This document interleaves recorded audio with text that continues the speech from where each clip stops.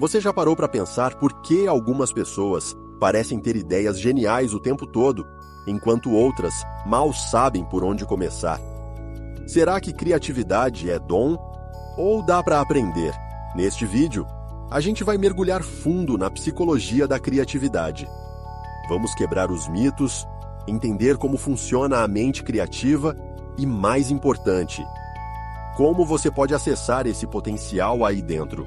Aristóteles dizia que tudo tem uma causa eficiente, um motor que transforma potencial em realidade.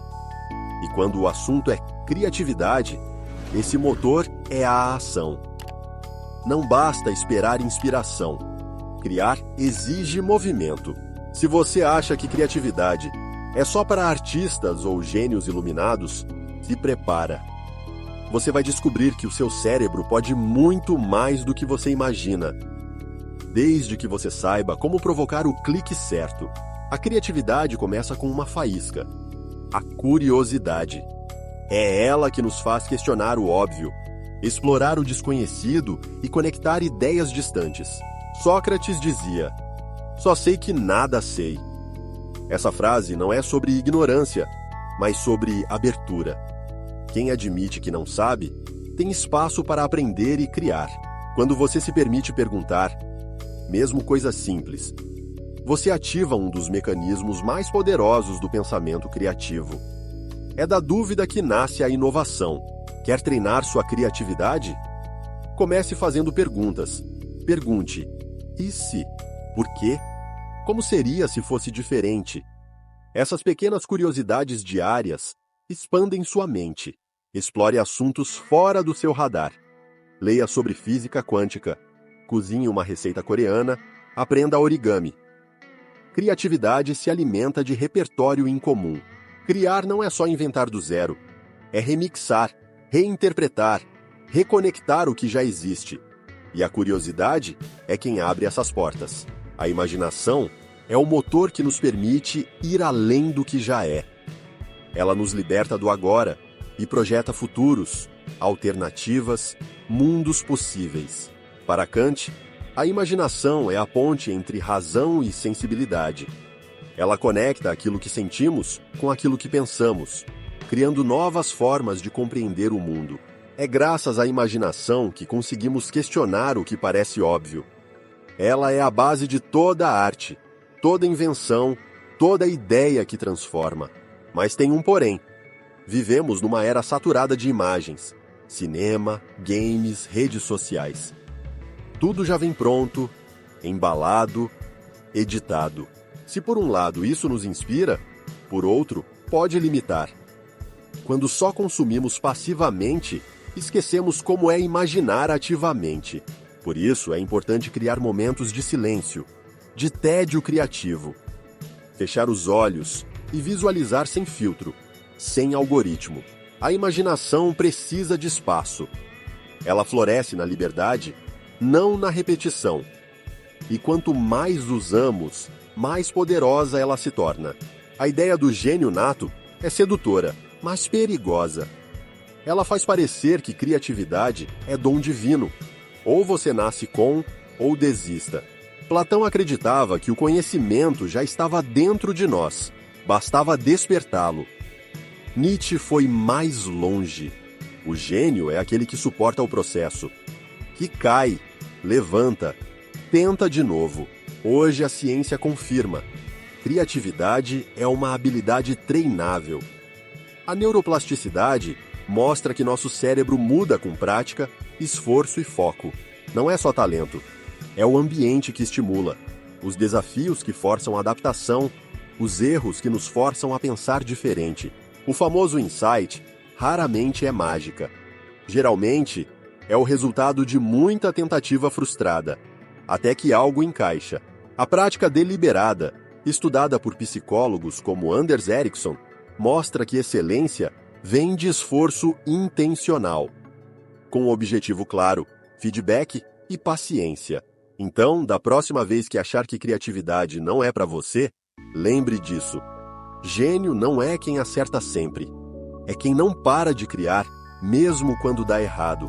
O pensamento divergente é a arte de explorar 1000 caminhos antes de escolher um só. É o oposto de seguir a linha reta. É traçar espirais, cruzamentos e becos sem saída. Heráclito já dizia: o caos é o pai de tudo. E ele tinha razão. Ideias brilhantes muitas vezes nascem quando tudo parece incerto, desorganizado, até mesmo caótico. Pense nos grandes saltos criativos da história.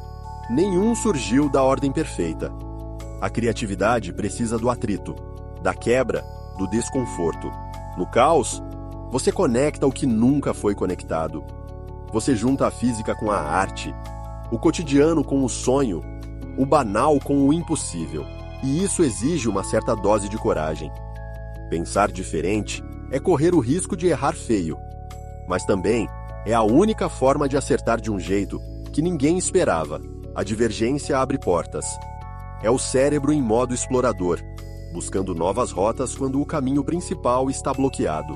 Então, da próxima vez que sua mente parecer bagunçada, respire fundo.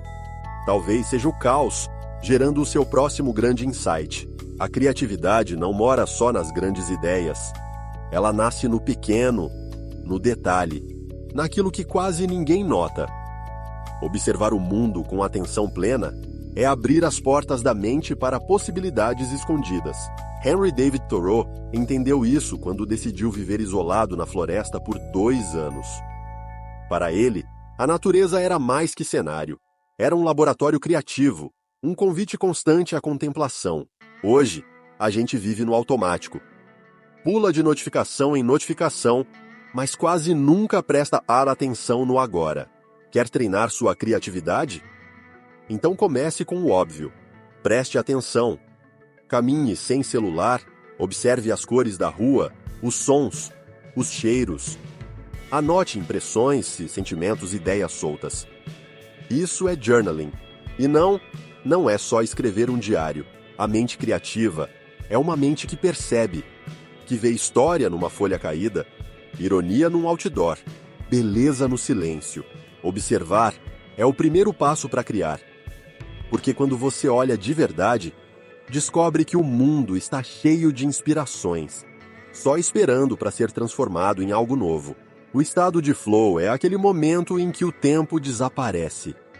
Você está tão imerso no que está fazendo que tudo ao redor deixa de importar. A mente se alinha, o corpo responde e a criatividade simplesmente flui. Mihaly Csikszentmihalyi, psicólogo húngaro, estudou esse fenômeno por décadas. Ele descobriu que o flow surge quando estamos diante de um desafio à altura da nossa habilidade.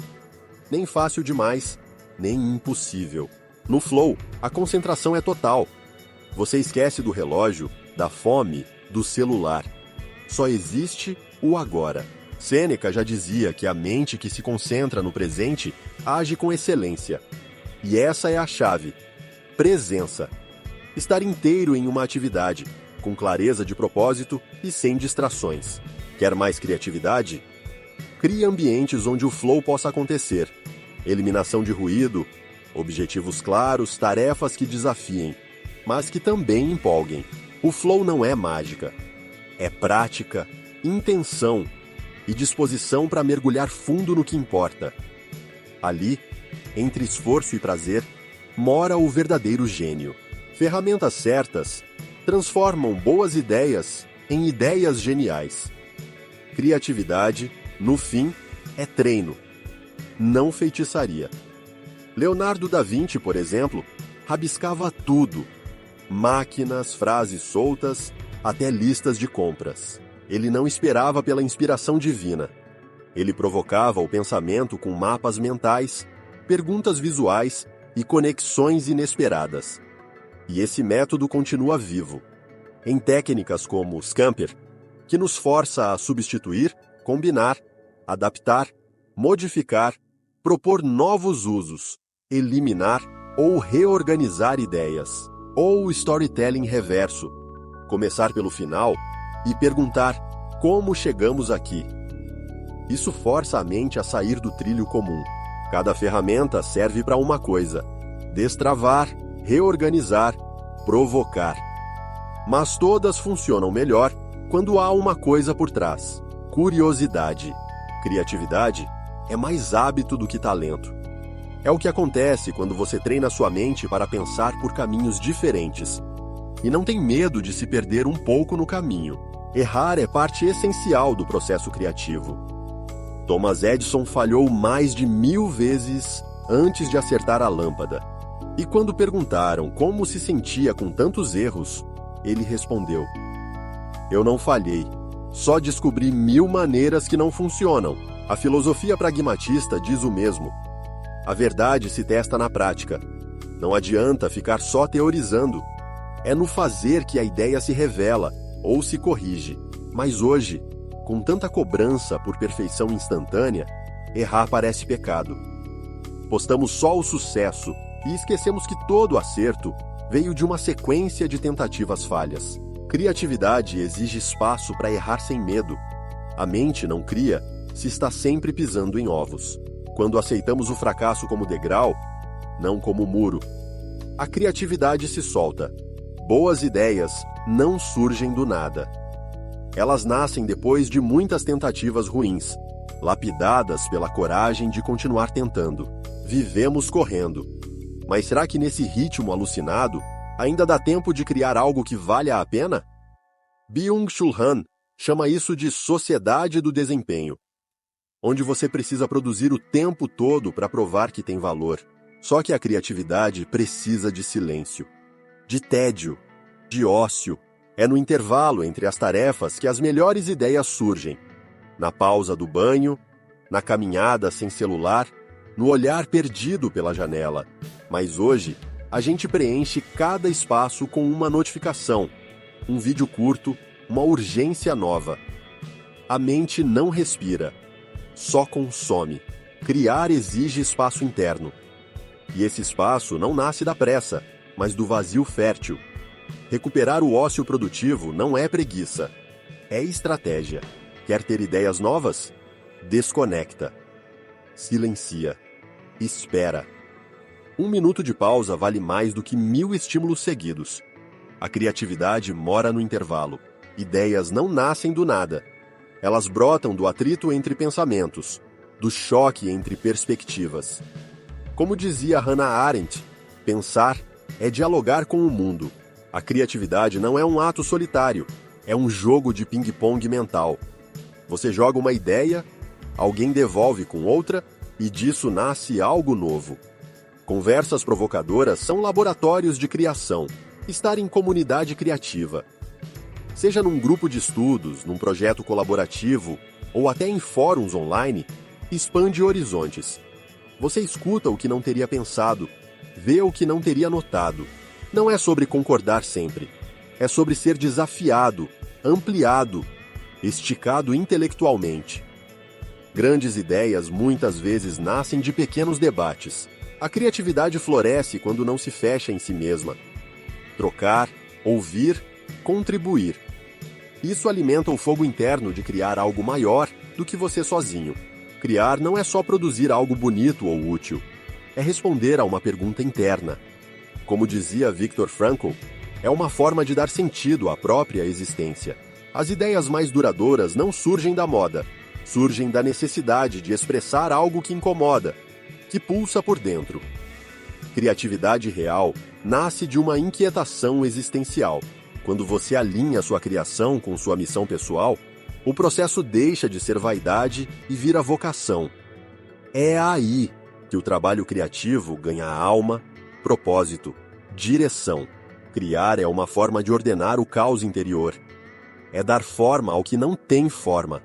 É dizer, isso é o que eu penso, o que eu sinto, o que eu vejo. Nesse ponto, a criatividade não é mais só estética, é ética. É você colocando no mundo aquilo que acredita, mesmo que ninguém esteja pedindo, mesmo que doa, mesmo que demore. Você está dando espaço para que a sua criatividade florescer, ou apenas repetindo o que já conhece. Talvez o que esteja faltando na sua vida não seja mais esforço, mas mais coragem para criar algo que seja só seu. Então aqui vai um convite direto. Experimente pelo menos uma prática criativa nova essa semana. Escreva sem filtro. Desenhe mesmo que ache feio. Teste uma ideia absurda. Crie, não para impressionar, mas para se encontrar. Porque às vezes, o que mais precisamos não é de respostas. É de imaginação suficiente para fazer novas perguntas. Se esse vídeo acendeu alguma faísca aí dentro, deixa seu like, se inscreve no canal e comenta aqui. Qual hábito te ajuda a ser mais criativo no dia a dia? Pode ser escrever, caminhar, conversar, desenhar, cozinhar. Cada mente tem seu próprio ritual criativo. Aqui seguimos explorando ideias que despertam, desafiam e transformam. Criar não é luxo, é sobrevivência da alma.